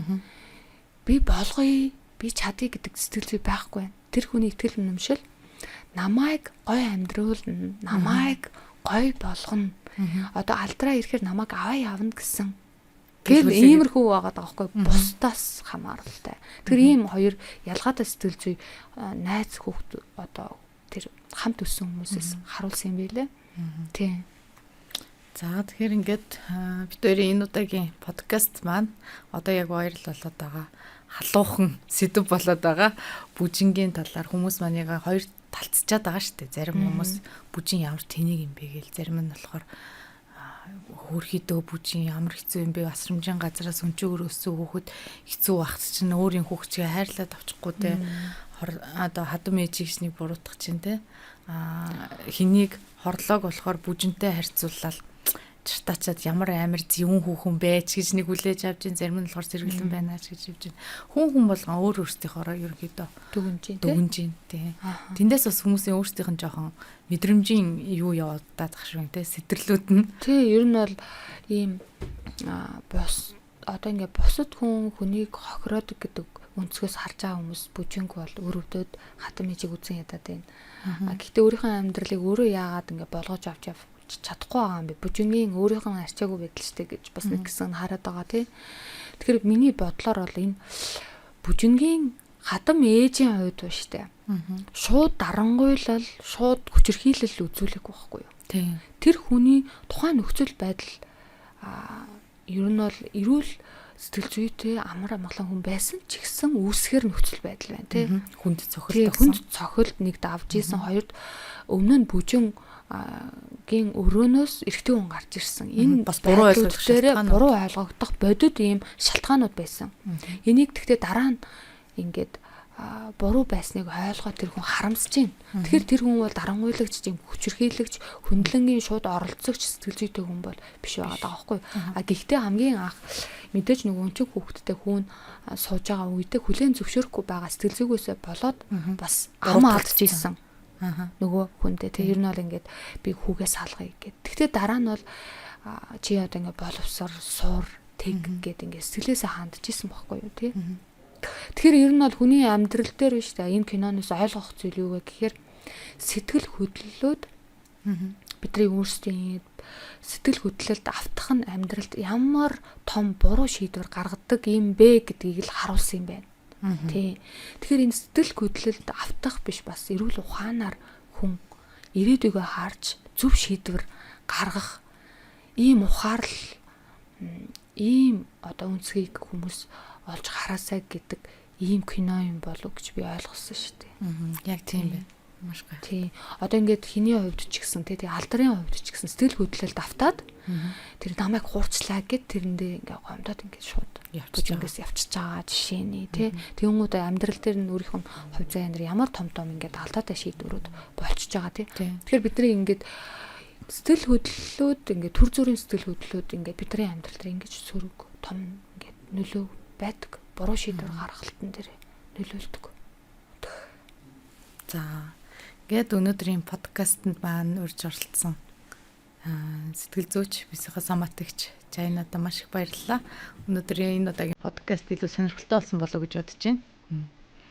За тэгэхээр дараагийн подкастаар